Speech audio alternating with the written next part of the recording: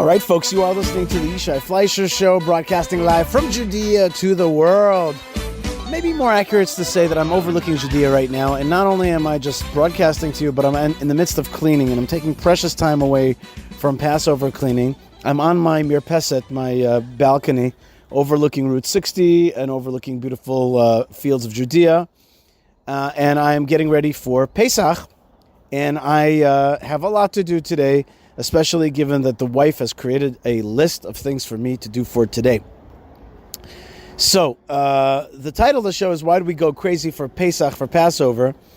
And I sent a video of myself, my two kids, and my friends, including Zev Ornstein, Yehuda Cohen, baking matzah to a Gentile friend, and she was totally flabbergasted. She's like, I had no idea it was such an intense process. I think people outside don't even understand how intensely we take this whole Passover thing. And inside the Jewish world, inside the Orthodox Jewish world, it's a bit of a madness. It really is a bit of a madness. I'm just looking right now down to the shopping plaza underneath my house. I could see people coming in, eating their last bagels and buying cleaning stuff and running around. And Passover, it has in its DNA, to get ready for Passover, there's something that you got to go nuts. You just have to go nuts. And that's part of the DNA itself. Meaning to say, a lot of people joke, but it's actually just true, that you have to feel a little bit of slavery before you can come out of the slavery and the bondage, the liberation from the bondage on Passover. So that's definitely one aspect of it. And another aspect of it is really that you're flipping your stuff upside down a little bit. You're shaking everything up. You're shaking up your house. You're shaking up your kitchen. You're going to your fridge. You're going to your oven. You're cleaning stuff out that never gets touched throughout the year. Now, my theory on this is Yishai's theory, not only on Passover, but on much of Judaism, is the following secret. In many ways, the purpose of the Jewish law is to create a system by which this nation prospers and continues to thrive and be alive eternally. Meaning to say, Judaism, many of its laws, are there in order to perpetuate the peoplehood. And really, one of the greatest mysteries in the world, and people who are historically minded know this is a great mystery, is how is it that the Jewish people survive throughout the generations? And really, that famous Mark Twain quote that I like so much, that everybody likes so much, is like, what is the secret of the Jew that he continues to perpetuate? Like, how is it that he keeps on being vibrant when other great nations like the Romans come and go? What is the secret? So one could brush off that question, or a believing person could brush off that question and just say simply, it's God.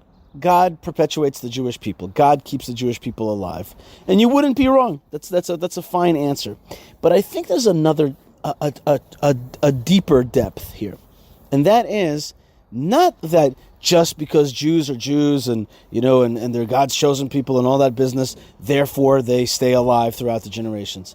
It's actually our cleaving to these laws which keeps us perpetuated throughout the generations. And notice that Jews who throw off the yoke of the law, their societies usually devolve and dissolve like other nations throughout time. The secret is the keeping of these laws. And, being commanded to be keeping these laws, because even though you're going to keep these laws, but you're not commanded, it's probably not going to work, and you're probably not going to really, really keep it. But keeping the law is a way to keep this peoplehood going. And I'll explain what I mean.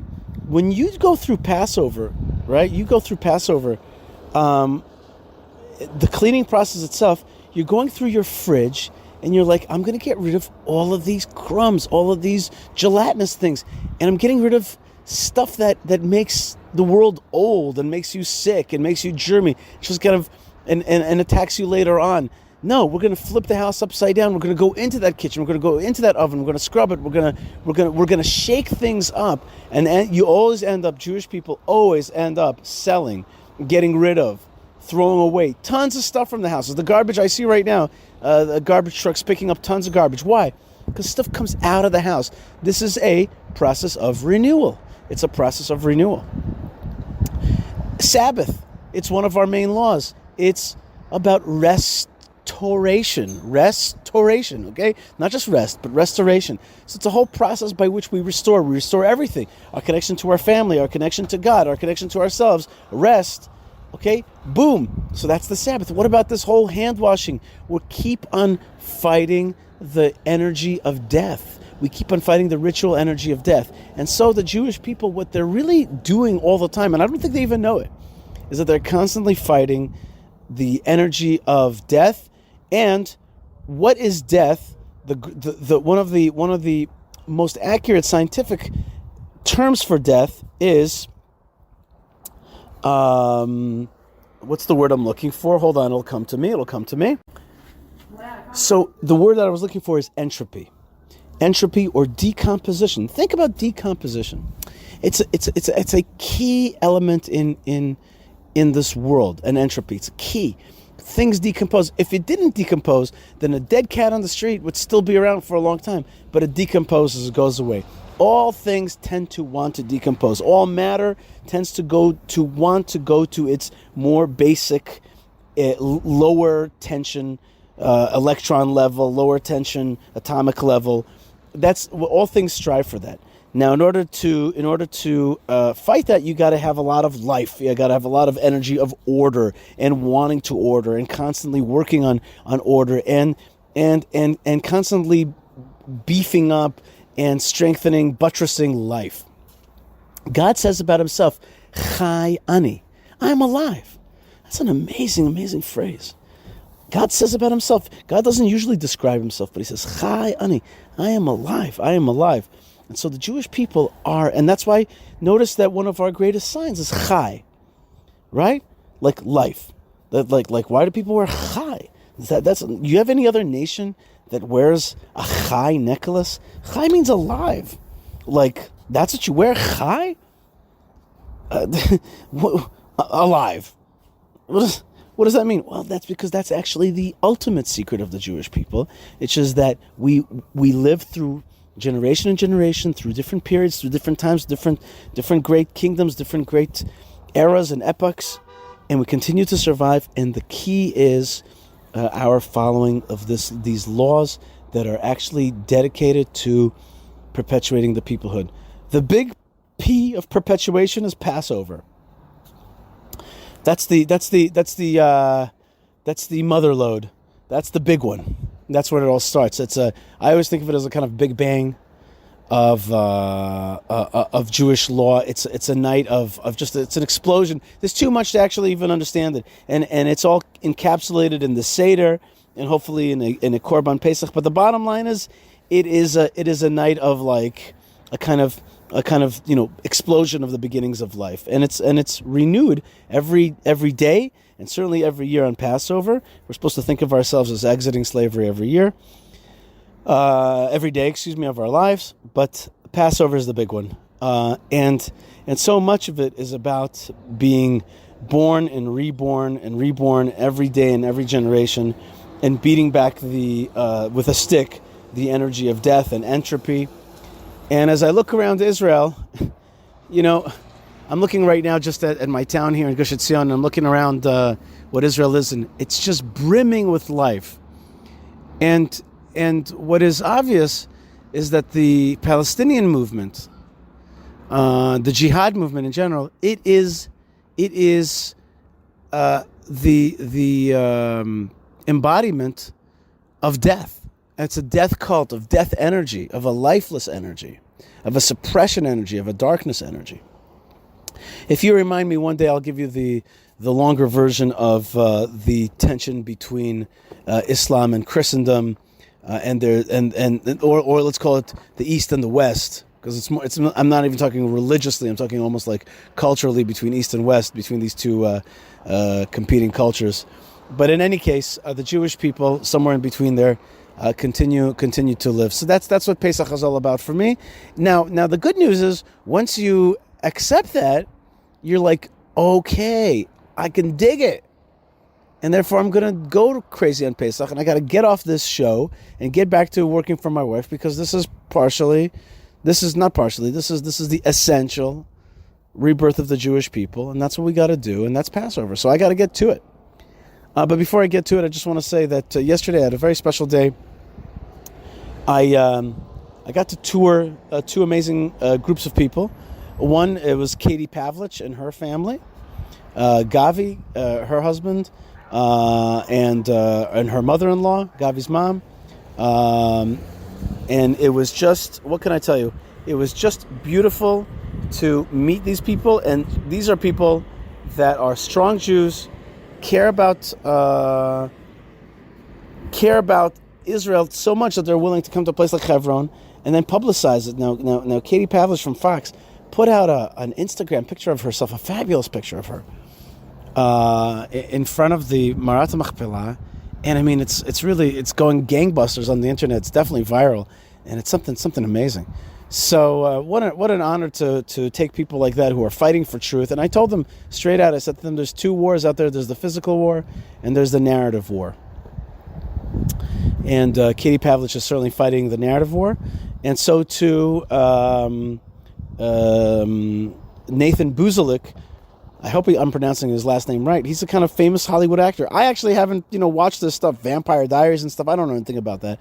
But every female soldier in Hebron stopped him and said, and wanted to take a selfie with him, and he was very famous. And okay, great, And he is less political, but much more of a Tanakh guy. Loves the Tanakh, loves the Bible, lives by the Bible, and was just totally enamored with everything in Hebron. I hope to see him again as well. So two great folks and their retinues, their teams were with me. Really fun to connect with them. What else? And then last night, after a full day of touring two groups, went to see my good friends, Zev Ornstein and Eitan Grossman, Yehuda Cohen, and others, and took my two kids, two of my three kids, and we went Matzah baking. And Matzah baking is just one of the most, if we're talking about Passover, baking matzah, you are just, and of course Jonathan Rosner, got to give him a shout out, the organizer of our yearly Pesach event. It's just, got to tell you, man, when you look into that fire, when you're baking that matzah, you're looking to the heart of Judaism. Now go try to make sense out of it, and you see everything in that fire. You see Moses's, the burning bush, you see it in there. And you see the Holocaust. You see all of those things, and you see the menorah in Jerusalem. You see it all when you're baking that matzah in that fire. That's the fire of the Jewish people. You see those three things. You see the revelation to Moses. You see Auschwitz and the fires that are chewing up the Jewish people. And then you see the eternity of Israel through the candelabra, the menorah in the temple, the third temple in Yerushalayim, Yer HaKodesh. There's lots more to say, but if I say any more, I will start to run afoul of the stuff that I was talking about, which is got to get to work. So I hope that this broadcast gave you a little bit of the feelings, the pre-Pesach feelings here in Judea. Oh, did I mention that we have like a jihadist thing going on? And do you think it's surprising that one of the main attacks was against the tomb of Joseph? Of course, Joseph, he brought us into Egypt, according to God's kind of vision that he gave him, and then his grandson Joshua brought us out of Egypt and into the land of Israel and buried Joseph. Of course they want to attack the tomb of Joseph. Of course they want to attack the tomb of Joseph and destroy it now, to destroy the eternity of Israel. And I must say that in a moment of pride, the IDF went back into the tomb of Joseph, rebuilt it right there and then, fixed it up, and it was one of the strong moments of the Jewish people. Not surprising that the Israeli left immediately condemned that, because they're all about weakness and all about they're all about that entropy and about the opposite of courage and continuity of the Jewish people. But they did not prevail, nor shall they prevail. Am Yisrael Chai. Think about that phrase, Am Yisrael Chai. And I say this to both Jews and to lovers of Israel who know that Am Yisrael Chai. And I want to send you a lot of love here from the land of Israel. I want you to check out the Israel Bible, Check out the Israel Bible at The Israel Bible, and coupon code Yishai will get you some percentage off of God's great holy words and the way to live our life. So check out theisraelbible.com. Check out my good friend Chaim's great work at Prohibition Pickle, making delicious, and he's going to go crazy soon and deliver you Shabbos packages, full Shabbos packages to your hotel rooms when you need it. And really, he's doing great work at Prohibition Pickle. And I don't know what he's doing exactly for Pesach. Probably has a Pesach menu. God bless him. And I want to also thank the good folks at JewishPress.com and JNS.org, two great Jewish and pro-Israel, pro-Jewish news websites. Check them out. JewishPress.com always puts out the Yishai Fleischer Show. Thank you very much for that, Steve. Check out my article in JPost about the story of the lost tefillin. That I wrote a story. Maybe I'll read the story on the next show, but it's on JPost. It says the tale of the stolen tefillin from San Francisco. That story. What else? Check out Hebron Fund, hebronfund.org. That's the folks that make the mothers and fathers safe.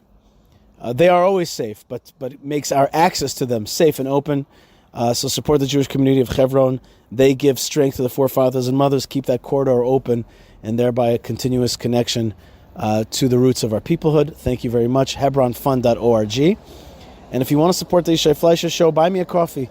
That's buymeacoffee.com/Yishai. And people have been buying me coffees and really making a tremendous, not only a good feeling in my heart, a support for the show, and a great feeling in my heart as well. Thank you so much, and may God bless you. And finally, if you want to support some of the bigger projects, the more expensive projects, but the ones that are really making a difference on the ground, go to YishaiFleischer.com/donate. And we got beautiful projects that are enlivening the land of Israel, the great rebirth that we're living in. Thank you, Hashem, for allowing us to live in this great moment in time. Thank you for letting me broadcast. Thank you to the folks that helped me broadcast, which is Ben Bresky, Tabitha, Moshe Herman, Yocheved, and Lou, that are my buddies out there that are part of the team of the Yishai Fleischer Israel podcast. And thank you to you out there. And really, I wish you a happy and kosher Pesach, and I hope to broadcast to you, with you, even in Pesach, Bezrat Hashem, with the help of God. And see you soon in the good land. And may God give us an opportunity to pilgrimage to the land of Israel, then to Yerushalayim, and to indeed the Holy Temple. God bless you, folks. Stay strong, stay connected, stay tuned. Lots of love and lots of blessings from the land of blessings. And shalom.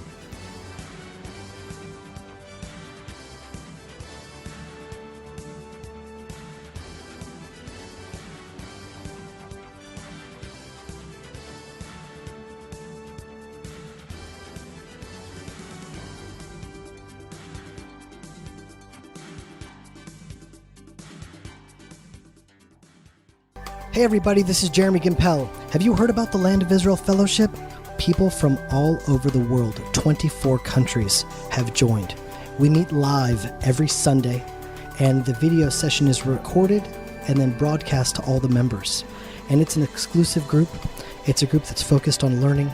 We're focused on praying together. We're focused on growing together. And it has been one of the biggest blessings in my life.